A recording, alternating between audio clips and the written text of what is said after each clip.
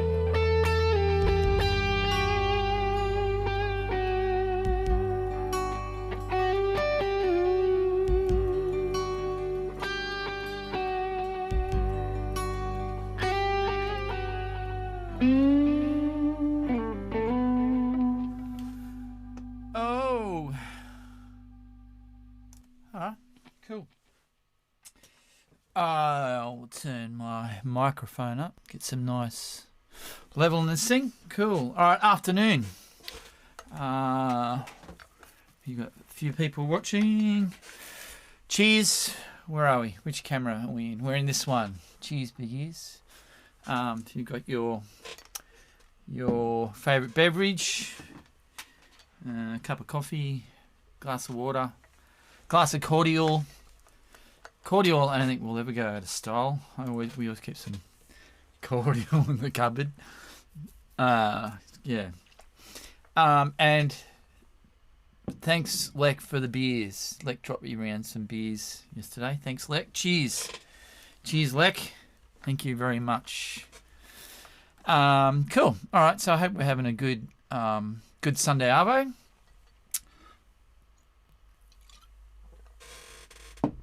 It's a bit cooler today. Friday was amazing. Really, I helped out with a friend that had a wedding, of a very small wedding party of, I think there might have been 6 people at the wedding. I think had no groomsmen, no bridesmaids, and it was an amazing day. We went down the Warrenora River, and I was on video, so I was privileged enough to be able to be there while they did their vows and the whole thing. It was really nice. Hopefully the Gestapo will let us get out and do proper weddings soon. Cool. And I'm sorry, I'm just checking my... Oh, there we go, we're back online. I've got an iPad down here that's got the YouTube running to make sure it looks okay. Cool. One of these days I'll get everything working. All right. No one's chatting today. Hello.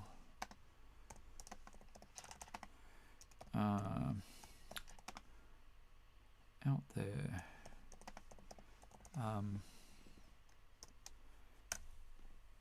Cool. Must be a good day. Everyone's probably out having picnics. I'm sure there will be people that will watch this later at a later point.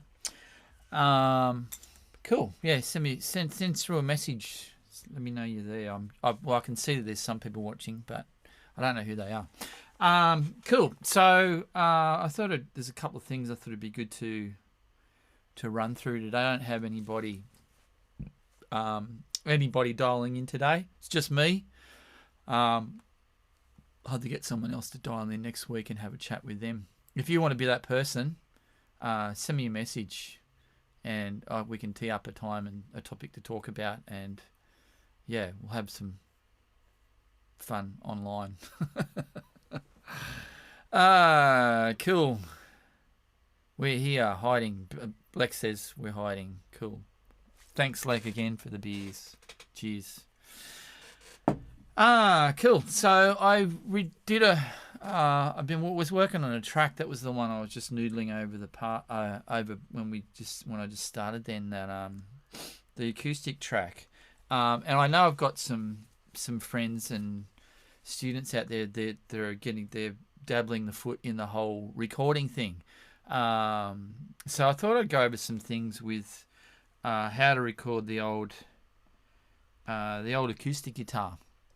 Because it's a little bit of a different beast to the electric, and I've discovered a few things along the way which might be helpful, might not be. We'll see how we go. About recording acoustic guitar, because the electric guitar, like you can almost plug it straight into the computer with the help of some plugins, and it's pretty much sound pretty cool. But the acoustic guitar can be a bit of a hard bugger to deal with. So let me grab my acoustic and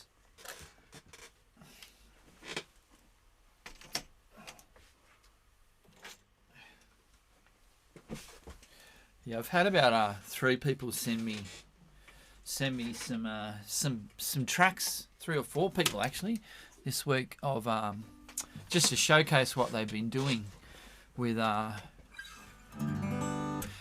recordings. And there's some cool stuff happening out there, so I'd encourage you, if you haven't gotten into it yet, start to get into it, because it's actually a lot more accessible than it was years ago and a lot cheaper. You don't need crazy equipment to get up and running with it. And the guys that sent me the tracks this week, they haven't really done a lot of. Well, I don't think they've done a lot of recording.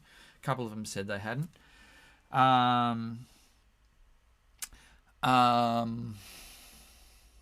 Sorry, got distracted. But yeah, so yeah. And this might be applicable to someone recording other acoustic instruments, whether it be drums or whatever. I got a message from Jim. Jim, how you going? Hey, Matt, if you get the chance, thoughts on isolated power supplies?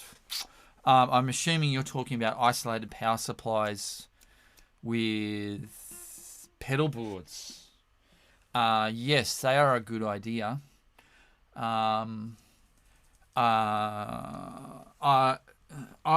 probably not when I first started, but I'm just trying to think how many power supplies I've gone through in the years. Yeah, because there was a good chunk there where I wasn't using any power supplies. I was running the AXFX, which is an all-in-one unit for those that don't know that device. And it's you plug your power cord in and you're ready to go. But whenever I've run a pedal board with pedals and etc., I have used a isolated power supplies. And the idea of isolated power supplies is that it eliminates or tries to eliminate noise interference between pedals through the power chain. I probably can't give you a super technical advice on it, but it does work, especially if you've got a good one. I've used cheap power supplies and expensive power supplies. You can get really pretty cheap isolated power supplies from eBay, guitar, pedal sort of design ones. I think Swamp sells some cheap ones, which actually work all right. The problem I've had in the past with cheaper power supplies is sometimes when you load them up with heaps of pedals, the power dips. There doesn't seem to be enough ampage or wattage or whatever it is to run all the pedals. But as far as noise goes, they seem to be pretty good with the cheap ones. But if you're loading up lots of pedals, sometimes they can be a bit finicky. I use two Strymon. I can't remember the model of them. They're blue ones. And they sit underneath my pedal board, and I run all my pedals into it. So yeah, I reckon they're worth. If noise is something that annoys you, and it does annoy me, especially if you're turning up really loud. You obviously the louder you turn up your amp, the more you notice the noise, and having a nice power supply will sort of reduce that noise quite a lot. But yeah, I use two of them, because I think each one of them gives me 6 outputs on it, maybe. So two of them, I can get 12 pedal boards on my pedal board without having to jumper leads and all that sort of stuff. So yes, good question, Jim. Isolated power boards are a good thing. I would show you my pedal board, but it's just a pain. It's sitting. If I switch down, I'll move back from the mic. Might sound a bit weird. My pedal board's down here on the floor, and they're underneath. Yeah. Cool. Hi. All right. Switch back to there. All right. So back to acoustic guitar and recording acoustic instruments. I think this is in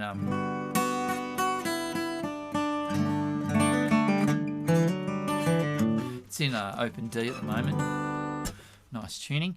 Yeah, a little bit different to electric guitar. If you've got a acoustic guitar with some electronics in it, you can plug it straight into your recording device, whether that's an iPad or a computer or some sort of recording device. But I reckon that sounds a bit lame, because generally you're relying upon the sound of whatever pickup you've got in your guitar. Some of them are quite good. This one is okay, but I don't think the pickups you get in acoustic instruments really give a fair replication of what you've got when what you're hearing in the room. It's always like a fake imitation. I really don't like doing gigs with just acoustic guitar because it's not the same. Because obviously you could plug in and it's loud PA and yeah. If I could have a mic sitting in front of me in an acoustic gig, that would be really cool. So what I would normally use to record my acoustic guitar is one or two things. And I'm trying to find, this is my drawer of magical secrets. Oh, I'm missing a microphone, I think. Oh no, I'm not. They're both here. All right. So I will either use two of these little pencil microphones, and these are, what are they? Rode M5s. Really cool. If I switch to this one, I'll probably give you a better close up, and it probably won't focus in on the little brand of it. But trust me, it says Rode M5. Rode. And they're a good little microphone, and I would normally use two of them. Here I got two of them. These are a matched stereo pair, and the way I would normally set these up would be, switch back to that camera, would be to, if I was sitting in the room here, one would be could be pointed around this area on the neck, and then another one on a different angle, and I sort of zoom in and scope around to try and find the sweet spot. There is I think it's mid-side or XY pattern where you put the microphones in a configuration like that in a stand, and it apparently gives you a good stereo image because the sound is being picked up on this axis with this microphone and on that axis with that microphone, and apparently that works quite well. I've also had good results when you sort of set them up configuration like that, like a V, and one bit's pointing to one guitar, the other one's pointing to the other, but a part of the guitar. Yeah, so sometimes I'll use those, and they give me a different effect to a condenser microphone. And I had one of my students went to that this week or last week and bought himself a condenser microphone. This is the one that I'm talking into at the moment. So when I move this around, it's probably going to freak out and give you lots of pops. And so that's my Rode microphone, and this boom is not the greatest, but cheap eBay boom. So that's what's called an NT1000. I'll pop it back up out of the way. And yeah, you can see when I've got that pointed at my head in the right angle, it gives me a nice warm tone. But when I back away from it, you can see it thins out a little bit, and I get more of that ambient room sound. So what I will do sometimes, if I want a really big, nice warm acoustic sound, so I'll just set that back up, I will use that microphone. And that's especially if it's a solo acoustic guitar bit that I want the acoustic guitar to be the main center of the song, I'll use this one because it's a bit warmer. If I want it to be a rhythmic sort of strummy thing, I will go for the little microphones. And the reason why I use Rode microphones is because they're really good quality for the money you have to pay for them. I would love to have a couple of really nice, expensive Neumann microphones, but yeah, I don't have that much money to throw at things like that. That would be really cool. Like a set of these little pencil condenser microphones, I think a pair of them are like $1,500 to $2,000 maybe. I think one of these, there might be even more than that. I think one of these is like $700. And I think I got the pair of these for $250 or something like that. I might be wrong, but they're comparative to what the Neumanns. Obviously the Neumanns are a bit smoother in sound, but I couldn't justify spending that much money on two little tiny microphones that you use every now and again.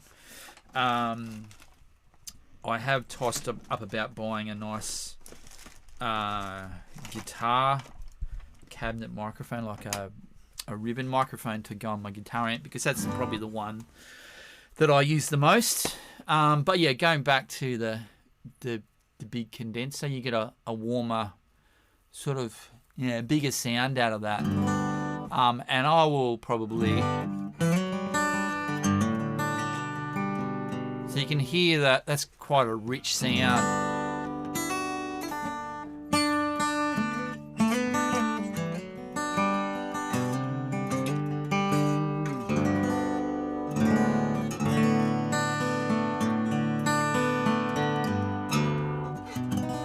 Whoa, I think I need to go get some guitar lessons. If you guys know of anyone that gives good guitar lessons, let me know. I'll go get some lessons.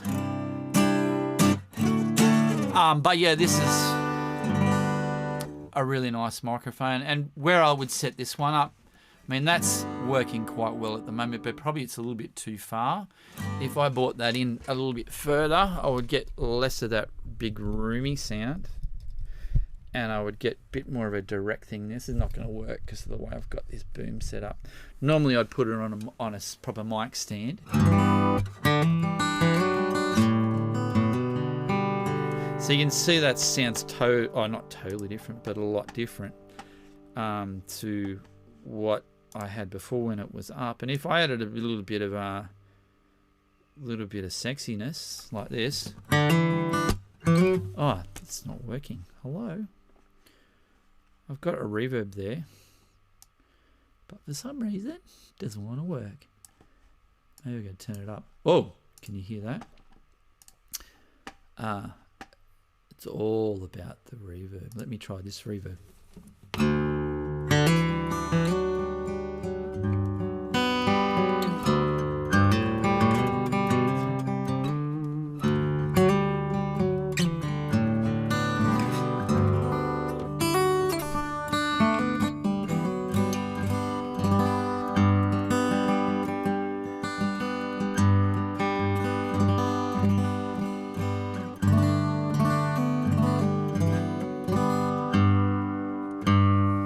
If that is open D, might be something else. Oh, whatever, but you can hear. I'll turn that reverb off now because it's a bit distracting. You can hear by just positioning the microphone in the sweet spot or into the sweet spot. I get a big fat round sound, and that's probably one of my favorite mics for doing that. I actually remember doing a recording for one of my mates who was doing an album. He said, "Can you come play some guitar?" I went, "Yep." And I just had my little Mesa Boogie combo at the time, my guitar, and we plugged in and I played some tunes. And he had a mic similar to this one, but it was a valve microphone. So I think it was called the Rode. I'm going to turn this mic down a little bit. The Rode NTK. So apparently it's the same microphone as this one, but it's got a valve in it, and we all know everything with valves is way better than without, unless you're a drummer, because I don't know how valves would go in your drum kit. It probably would not work all that well, but everything else with valves is good, especially if you're talking about a V8 engine or a Harley or a Triumph or whatever bike you ride, Lek, or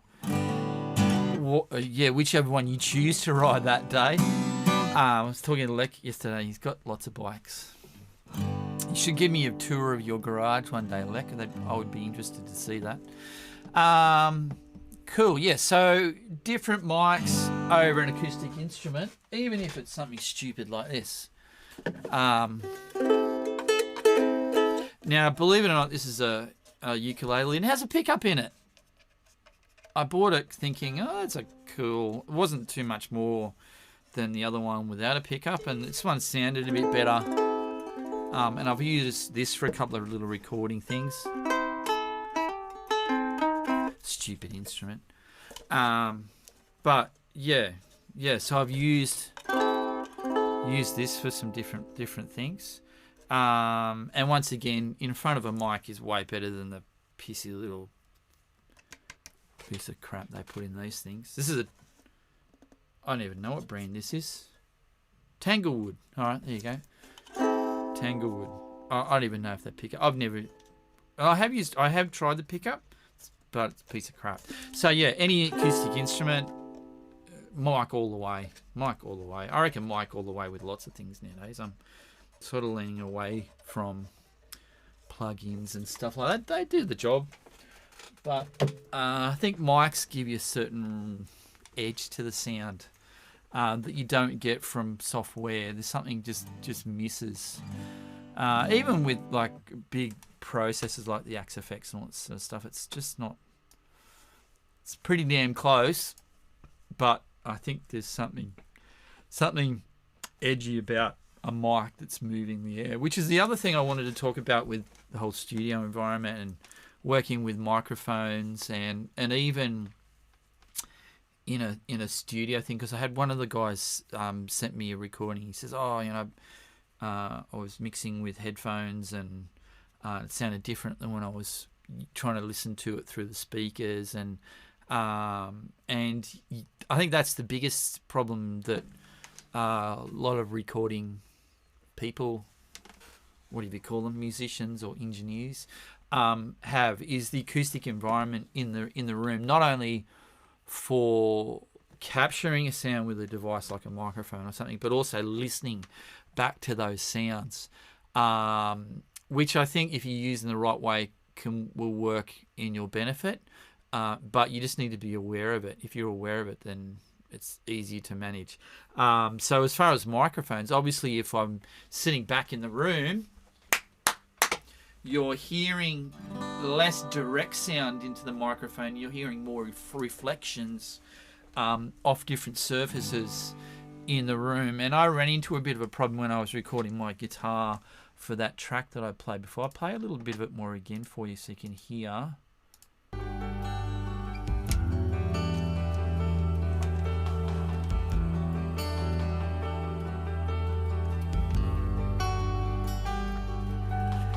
So the acoustic guitar is a little bit hidden back in the mix. It's not very forward.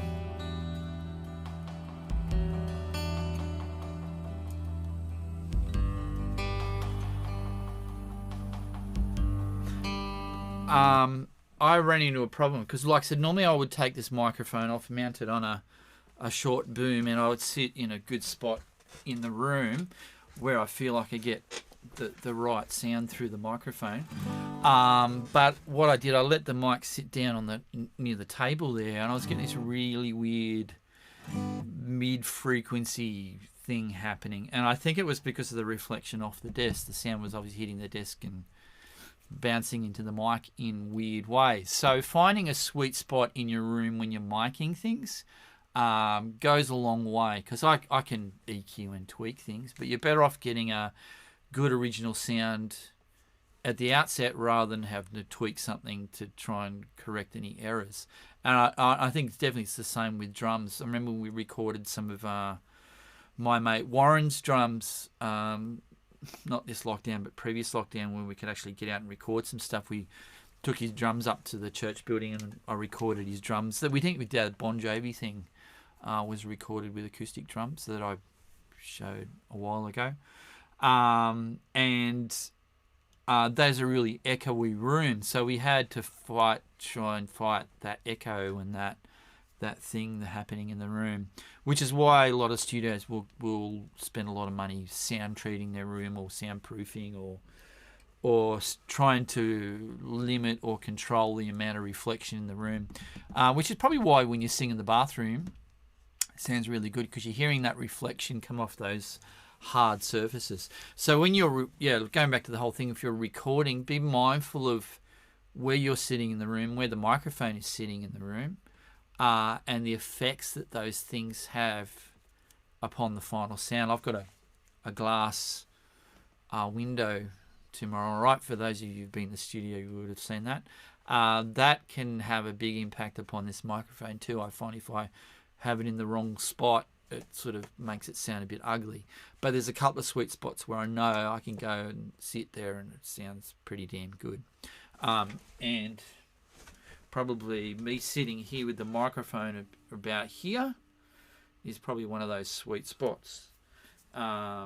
with the head of the microphone, like head microphone's up here. If it was down here a bit lower, pointing directly into the guitar, that I would get probably better results. And I probably should have done that with that track.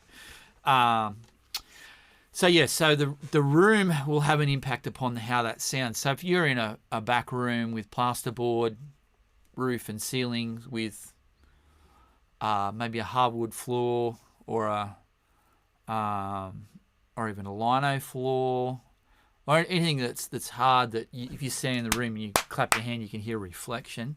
That's going to have a big impact upon what's going on with that microphone or what it's picking up in the room. So you want to try and control that, or find a spot where the reflection's not as bad. You just sort of put your head in a spot and clap your hands, and you can hear what's going on with that reflection. But sometimes reflections are a good thing, and I like to get a little bit of room reflection in my guitar sound, stop it from sounding too direct.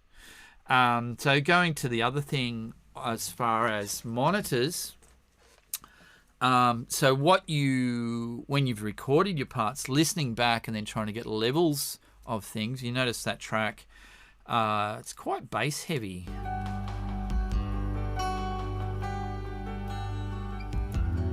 And the piano and the guitar are slightly panned to either side, and they're hidden back a little bit, and there's some pads, and there's a kick drum. I'll show you again. And there's this panning rim shot snare across the...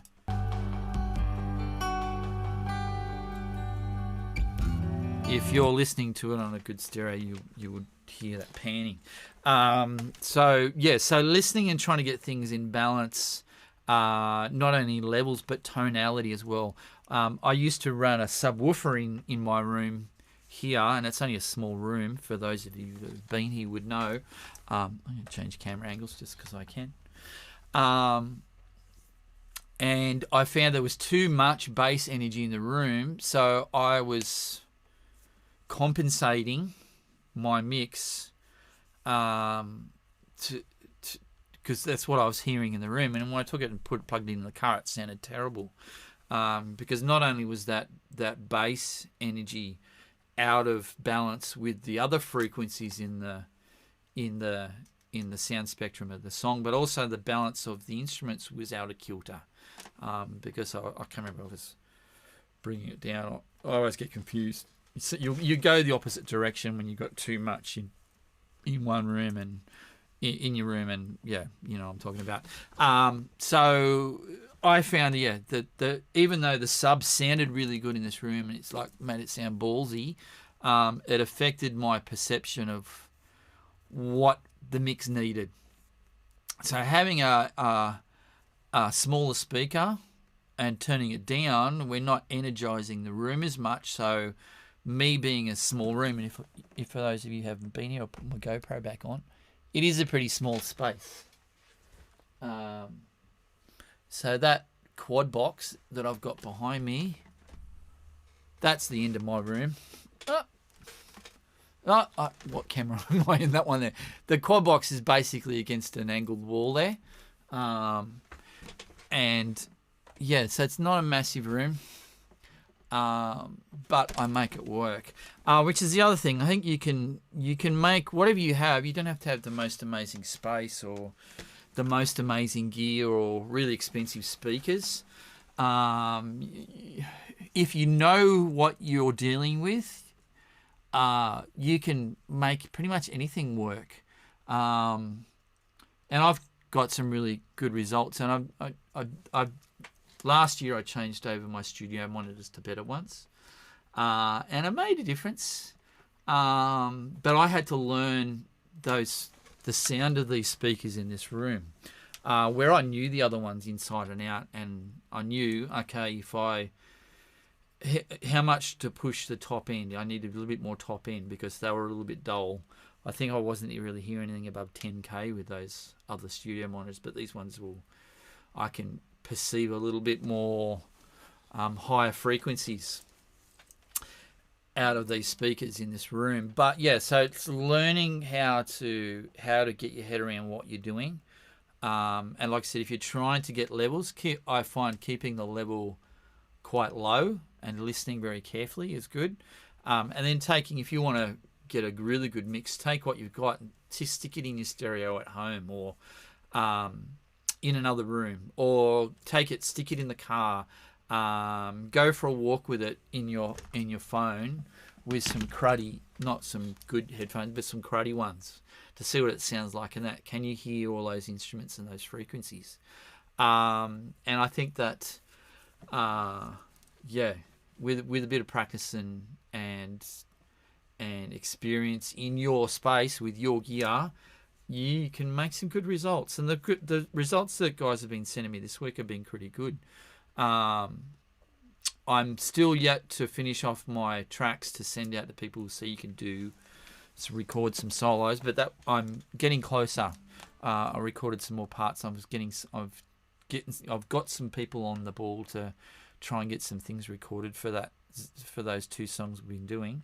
If you're watching at the moment, you haven't heard about that. I want to get some different people to record some solos and videos, and I'm going to compile them and just stick them up on my YouTube just for fun. Just so you can show grandma or your grandkids or Uncle Bob or whoever. Yeah, it's just for the fun of it. We're not being too serious. But yeah, I think we need to be creative in this time to keep us all sane. So what was I talking about? Yeah, so the environment. So capturing your sound as well as listening back once you've captured that sound, both those things play a very important role in producing a good sound in what you do. Obviously, the closer I mic a particular instrument, the less impact the room has. But like I said, I like a little bit of room sound in what I do. Just like when I play electric guitar, I can give you a... I'll put this away. Hang on.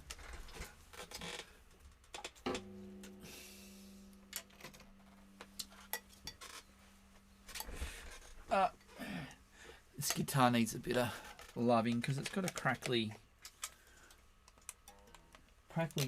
knob, and oops, I plugged in the wrong socket. So this,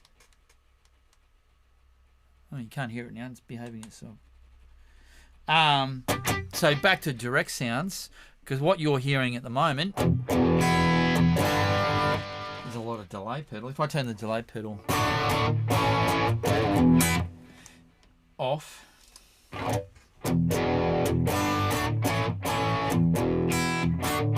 so you're hearing my mic is picking up the guitar as well as the microphone that's sitting on the guitar cab. If I turn my mic off,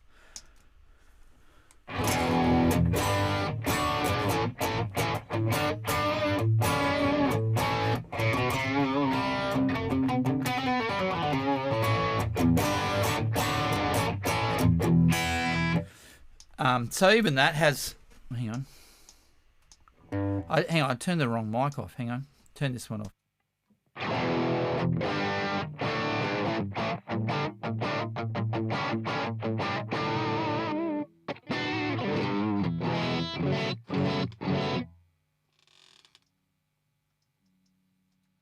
All right, back on. So that was the sound without my Rode on. So I like to mix a little bit of that in with the direct sound if I'm recording, and I'll try to give you an example. So I'm gonna dip the volume on this microphone, just blend it in a little bit.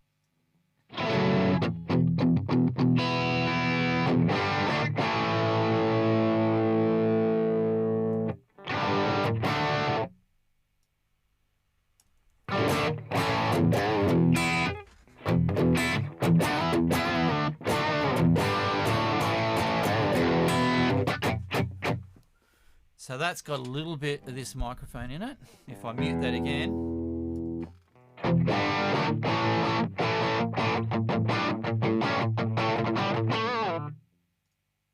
And bring a little bit back in.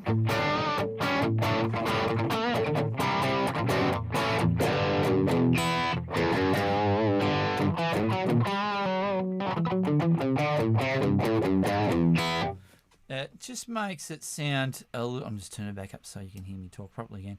It just makes it sound a little bit more rounder. in its tonality. So yeah, multi-miking different things is really cool, just like it would with the guitar, setting up 2 different microphones over the acoustic guitar. And drummers do that all the time. They'll set different mics up around the drum kit.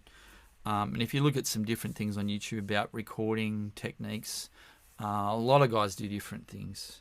I remember hearing a story of John Bonham recording one of Led Zeppelin's things. And apparently he had a microphone, just the cable was wrapped around his neck, and the microphone was just sitting on his chest, and he had headphones. So he would play, and this is the only thing picking up the sound of those drums. And if the cymbals were a little bit loud, the engineer would just say, hey, just back off. And he would just hit that particular cymbal a little bit lighter to try and balance out the sounds. I don't know how true that is, but it's a cool story. So yeah, so I hope that gives you a little bit of an insight into miking things. I'm just looking through my notes to make sure I didn't forget anything. So yeah, so using condenser microphones or different types of microphones has a big impact upon what you do. Understanding room reflections and acoustics for monitoring and recording purposes. And I thought, just to recap on a little discussion that I had with Rob last week's stream, for those of you that haven't tuned into that one, go back and watch it, because remember, everything that I stream here gets saved on YouTube. So you can go back to see the last week's, because I tried to give Rob as much airtime as much as I could to hear his point of views on those 3 points on how to see musical growth in what you do. I thought I just wanted to add my 2 cents, and I haven't done the little graphics lately, so I need to start that up again, do my little segments. But yeah, my 2 cents on those 3 points. The 3 points were intentional, focus, and practice. So how do we get better at anything we do in music, whether it's recording or playing an instrument? And I should really, I wonder if I can write this up for you. Hang on, let me do a text thing here. Will this work? Will this work? It should work. Let's give it a go. All right. Oh. Point number 1 was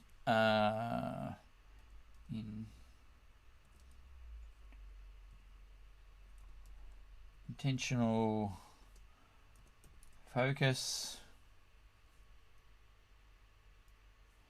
/ practice.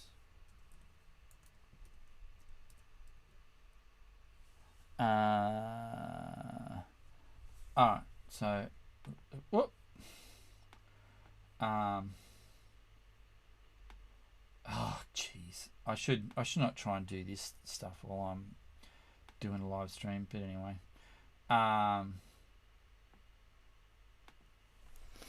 So intentional focus and practice when you're practicing. So being intentional about what you're trying to achieve. So if you're guitar playing, you want to get your scale playing stronger, or your awareness of the fretboard stronger, or yeah, there's probably no better way to say that.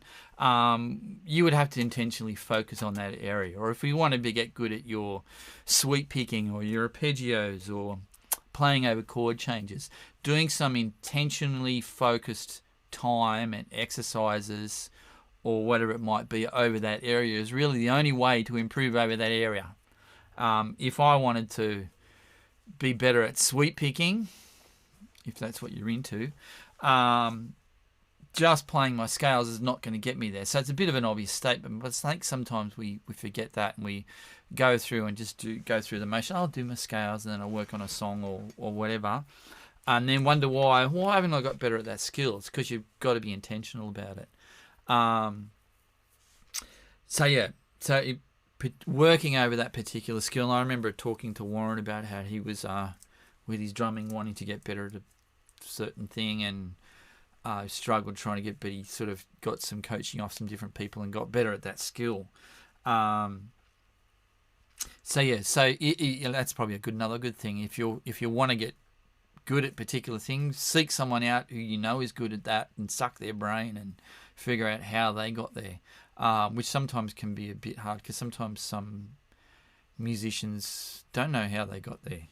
Some things I don't know how I got there with some things, but some things I do. So that was the first thing. The second thing was pressure testing, maybe in the form of accountability with a teacher or a coach. Could be a project you're working on. Let me write that one up, seeing as I wrote the other one up. I can't not write these down for you guys. Sorry. Just bear with me for a second, and I will copy that, and I will paste it. Paste. Reference. And let me see if this works. Oh, now you can see two of them. And can I type over that? Properties. So number 2. What did I say? Pressure. Pressure and / testing. I'll put that's all. I'll just do that. Pressure testing. I don't know what I did then. I'm a rookie at this. Screw it. Yes, remove it. All right. So pressure testing. And like I said, that might be a project you're working on. And set yourself a little goal. Go, okay, this week I'm going to record this, and I'm gonna do this, and then give it to someone to get some feedback on it. That's a good form of testing. Or accountability with a teacher or a coach or someone that you say, look, I want to be a better songwriter. Find someone that you know is good at that particular game and get them to say, hey, can you check up with me a week and see if I've done this? And I remember hearing someone say, I can't remember who it was, that growth will never happen in your life without pressure. And he used the example of a baby being born. And he said when a baby's being born, the mother's womb is doing contractions trying to squeeze that little sucker out. And the recent mothers or the mothers full stop will testament to that. The baby can't be born without that pressure. Even I think when they do a Caesar, tell me if I'm wrong, mothers, I think they still sort of squeeze. I don't know what they do. But there is some sort of pressure involved in getting that baby out of that place. So pressure and testing, like I said, could be project. Get someone accountable to kick your ass if you're not doing what you're doing. And the third thing was measurement of your progress. And I reckon this is the one that probably a lot of people lose out on because not measuring your growth will have an impact upon your motivation. And I know the same thing with myself. If I feel like, I want to get better at this particular skill, doing some sort of recording, or even if it's just a phone, you video yourself doing a particular thing and set yourself a time. So, okay, in 2 weeks, I'm going to video myself or whatever it is, doing that same thing. And then you look back and reflect upon how much you've grown or what areas you've grown. And that is a very, very extremely powerful thing to do, because not only does it motivate you because hopefully you can see some growth in what you've done, but it also shows you the areas that you still need to develop or work on. So those two things are really super powerful. Like a lot of people disregard that and just think, if I noodle away for the next 10 years, hopefully I will get this. But the video device is extremely, because not only can you hear it, but you can see how your hands are moving over that particular thing, or whether it's a drum thing or a saxophone thing or whatever it might be. So that is really, I would encourage you all to do that. That's why I'm trying to encourage people to get some solos happening when I get these backing tracks done. I need to get these bloody things done. So I'll endeavour to make a really good, strong, hard push this week to get those done, things knocked out, so we can get to work on that. Yeah.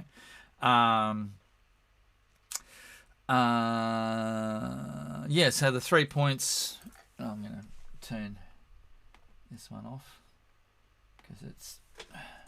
I didn't get to finish. I should have typed it out beforehand. But anyway, first thing was intentional focus and practice, pressure and testing, and measurement.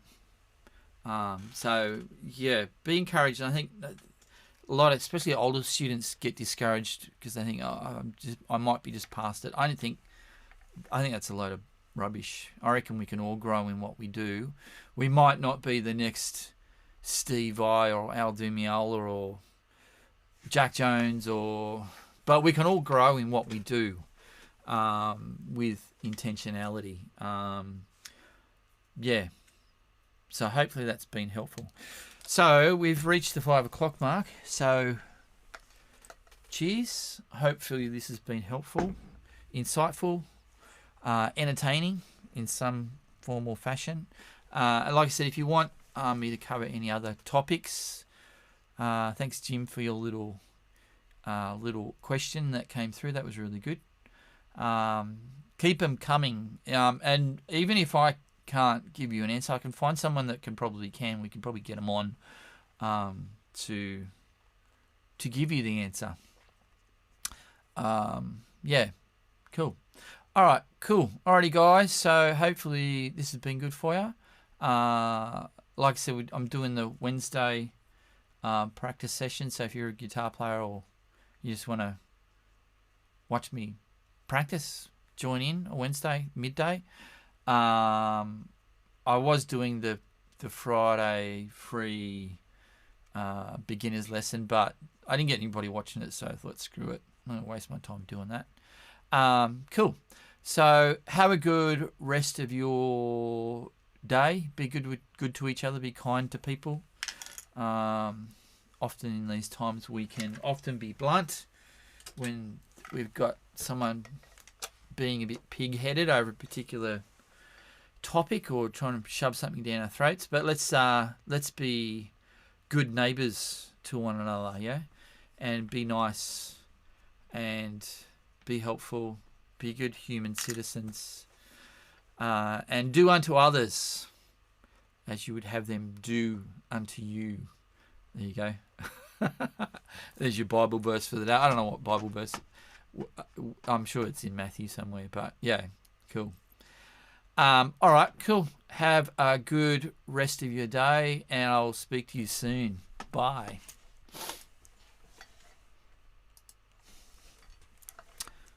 Bye.